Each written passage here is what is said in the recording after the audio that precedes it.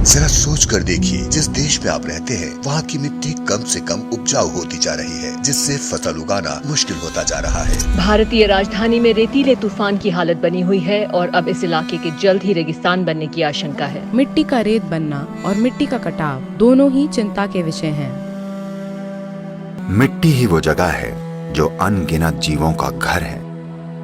उन पनपते जीवों के कारण ही मिट्टी में सब कुछ पैदा होता है। हमें खाना मिलता है, जानवर जिंदा रहते हैं। ये सब इसलिए होता है क्योंकि मिट्टी अच्छी है। जब मिट्टी अच्छी नहीं रह जाएगी, यानी कई मायनों में आपने दुनिया को बर्बाद कर दिया है। पर असल मुद्दा मिट्टी है।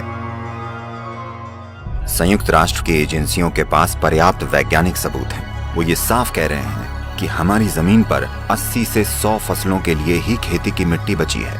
यानी हमारी खेती करने के लायक जमीन 45 से 60 सालों तक ही बचेगी।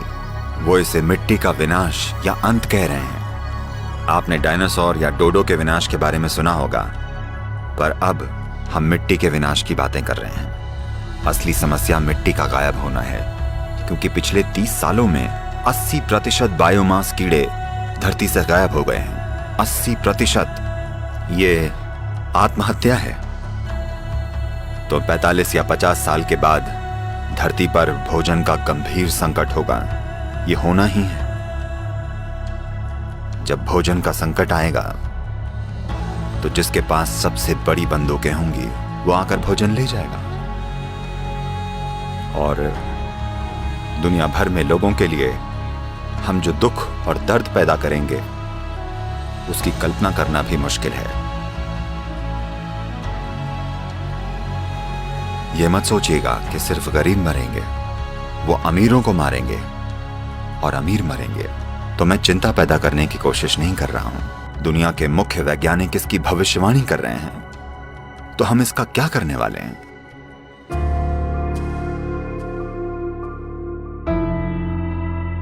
मिट्टी क्यों जा रही है, कहां जा रही है? देखिए, अगर आप रेत में कार्बनिक या ऑर्गेनिक सामग्री मिला दें तो मिट्टी बन जाती है, और मिट्टी से अगर कार्बनिक या ऑर्गेनिक सामग्री निकाल लें तो ये रेत बन जाती है। अगर आप वर्षा वन में जाएं तो मिट्टी में जैविक सामग्री का स्तर 70% से ज्यादा होगा। आमतौर पर खेती की मिट्टी में जैविक सामग्री कम से कम 3 से 6% होनी चाहिए, तभी हम उसे मिट्टी कह सकते हैं। कम से कम 3%। पर आज उदाहरण के लिए भारत की 62% मिट्टी में जैविक सामग्री 0.5 या उससे भी कम है। तो वाकई हम रेगिस्तान बनने की कगार पर हैं। ये पूरी दुनिया में हो रहा है, सिर्फ एक देश में नहीं। जिस तरह से खरपतवारनाशी, कीटनाशकों या पेस्टिसाइड्स का इस्तेमाल हो रहा है, हमें यह समझना होगा कि बायोडाइवर्सिटी या जैव विविधता का लगभग 82 से 86% मिट्टी के ऊपरी 12 इंचों में होता है। इसका मतलब है हम जैव विविधता को बिल्कुल नष्ट कर रहे हैं। जैव विविधता यानी मिट्टी में मौजूद ह्यूमस। ह्यूमन शब्द ही ह्यूमस शब्द से बना है, यानी ये मिट्टी वाकई जीवित है। तो ये बहुत बहुत जरूरी है कि मिट्टी पर ध्यान दिया जाए। ये मिट्टी ही है जो सारे जीवों का आधार भी है। धरती के चारों ओर औसतन 36 से 39 इंच ऊपर की मिट्टी धरती के 87% जीवों का आधार है।